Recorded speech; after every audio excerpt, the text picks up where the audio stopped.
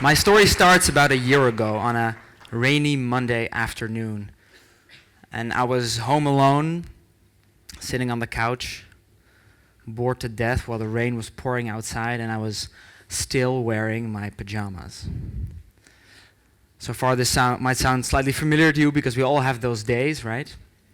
And what do you do when you're home alone on a Monday afternoon and sitting on the couch in your PJs? Exactly, you check Facebook, right? And so I did, and exactly at that moment, a friend of mine posted a video online in which he'd recorded 1 second of every single day in 2013 and glued those seconds together to form one 6-minute video. And it was awesome.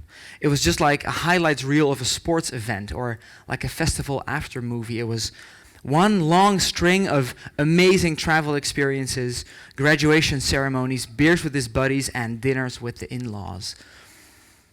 Well, it makes me happy to see that a friend of mine is doing well. It really does. But at the same time, seeing that video, I couldn't help but evaluate my own life.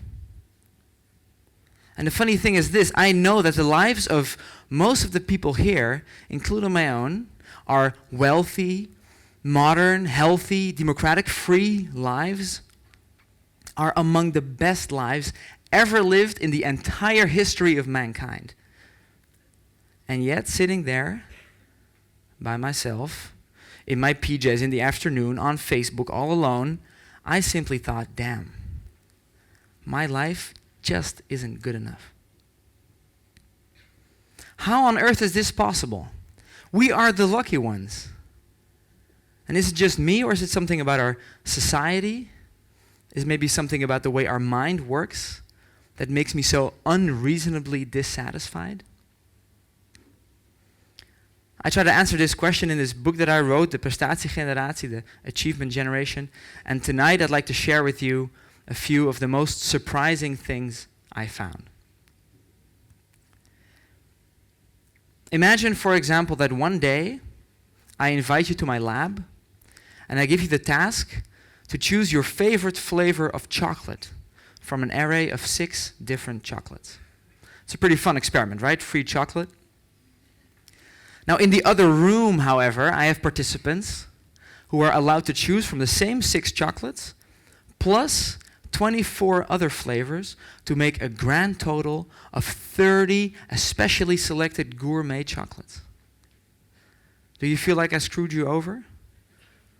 Surely the person in the other room has 30 options, so he'll find something, have a higher chance of finding something he'll really like, right?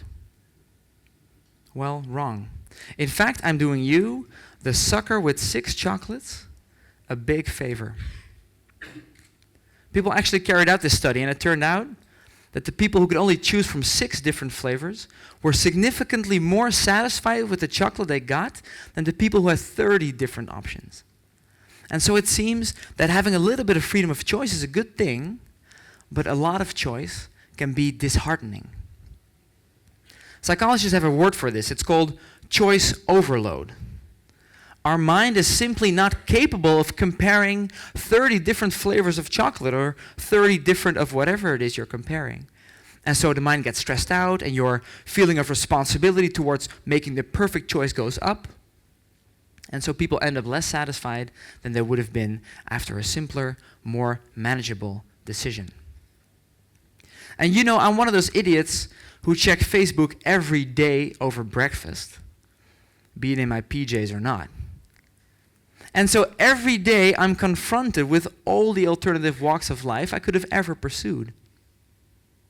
Social media are great, they're really fun, but they've also brought us extreme and unprecedented transparency. And looking at this research, maybe it's that awareness of all the other options that makes it difficult for us to be satisfied with what we actually have.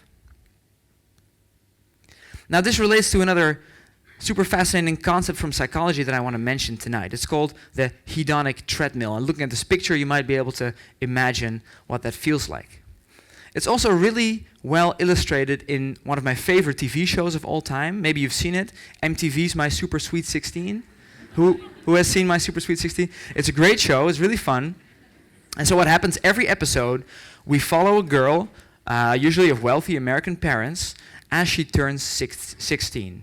And apparently this is a great achievement for her because her parents throw her a big party and they prepare for months, right? They hire a party planner, rent out this giant ballroom, get the girl a designer dress.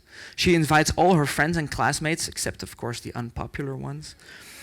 And all of this preparation culminates in that moment during the party when the girl gets her present, the car, right? So the girl walks outside with this giant trail of classmates and friends behind her, and her parents and camera crew and everything, and there it is, right? A beautiful, shiny, black BMW convertible with a big pink bow around it.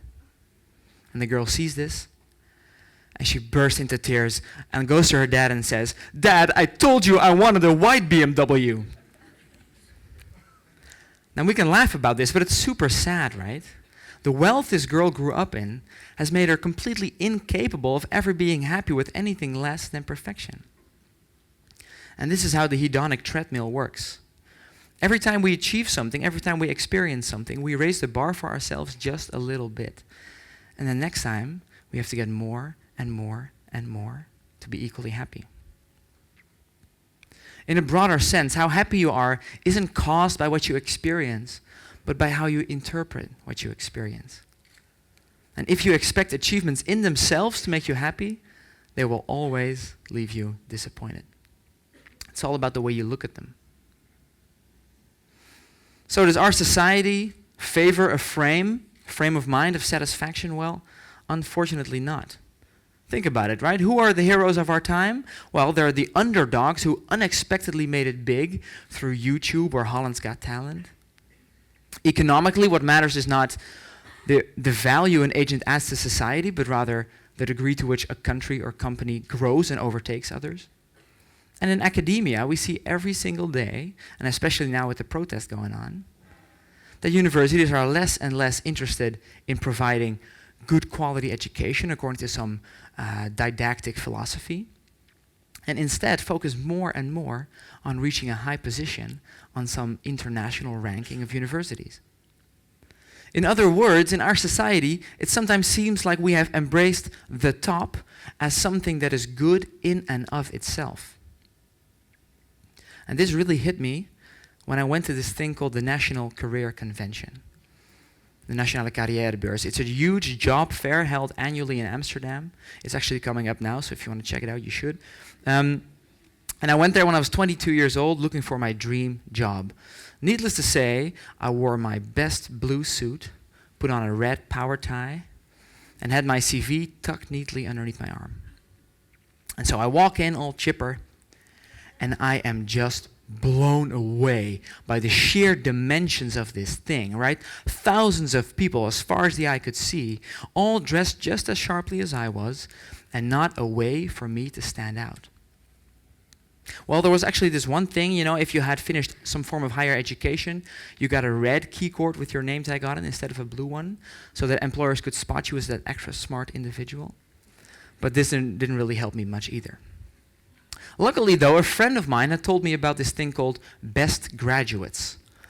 And it works like this. A couple of weeks before the convention, you send in your CV and your grade list from university, and if they deem you worthy of the top, they invite you to enter the convention through a special side door.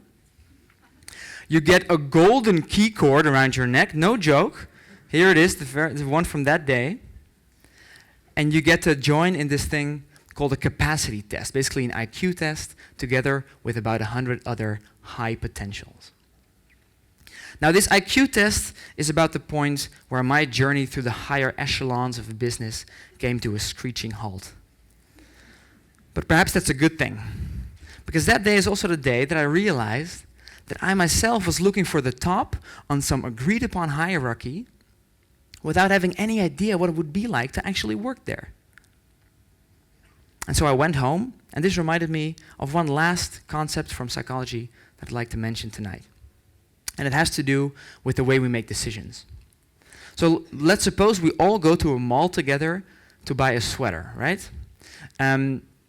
How do you reach this decision which sweater is the right one for you? Well, it turns out, on the whole, there are two main strategies. The first one is called maximizing. And maximizers, and this may be you might recognize this, maximizers go to the shop, they take all the sweaters out of the racks, they line them up, compare them all, remember them, go to all the other shops in the mall, do the exact same thing, and after a couple hours of painstakingly comparing sweaters, they pick the very best one. The alternative is interesting. It's called satisficing. And satisficers, what they do, they go to the shop and they look at sweaters until they found one that is good enough for them, that exceeds a certain threshold of quality. Then they take that sweater, they go to the cashier, they pay, throw the receipt, go home, put on their sweater and never think about it again. And the funny thing is this. Obviously, the maximizers are going to see more sweaters than the satisficers. And so most likely, the maximizers will find a sweater that's objectively better than the rest. Research shows, however, that satisficers always feel better. So satisficers are happier about the things they've chosen, even though maximizers have chosen better things. And this doesn't only go for trivial things like sweaters, but also, for example, for your first job. One study in the States showed that maximizers on average earned 20% more money in their first job than satisficers. And yet the satisficers were happier with the job they got. So what does this teach us about our society? Well, I argue in this book of mine that our society as a whole, and our generation in particular, have adopted a maximizing mindset. It seems to have become so extremely important to do exceptionally well on all facets of your life: education, jobs, social life, traveling, relationships, and putting it all on Facebook. And it's exactly this attitude, this maximizing mindset, that makes it so difficult for us to be happy with what we actually have. It's this maximizing mindset that spins the hedonic treadmill, that leads us to seek out choice overload, and that causes me to be unreasonably dissatisfied. How do we get rid of this? Well, I think the first step should be simple.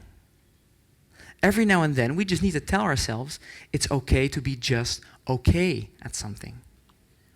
We shouldn't adopt maximization by trying to convince ourselves that every single second of our life is awesome. No, on the contrary. If we can just emancipate mediocrity, we can rid ourselves of the fear of not being exceptional. What we have to do, our generation, is take back the right to be average. And by doing so, by embracing the simple fact that not everything that we do will be exceptional, we will once again teach ourselves how to appreciate the moments that are. And so if I'm on that couch tomorrow, or having breakfast in my PJs, and I see my friends' achievements pile up on my Facebook newsfeed, I might still feel anxious about the averageness of my life. But this time, I won't really care. Because you know what? There is merit to mediocrity. It is nice to be normal, and average is awesome. Thank you.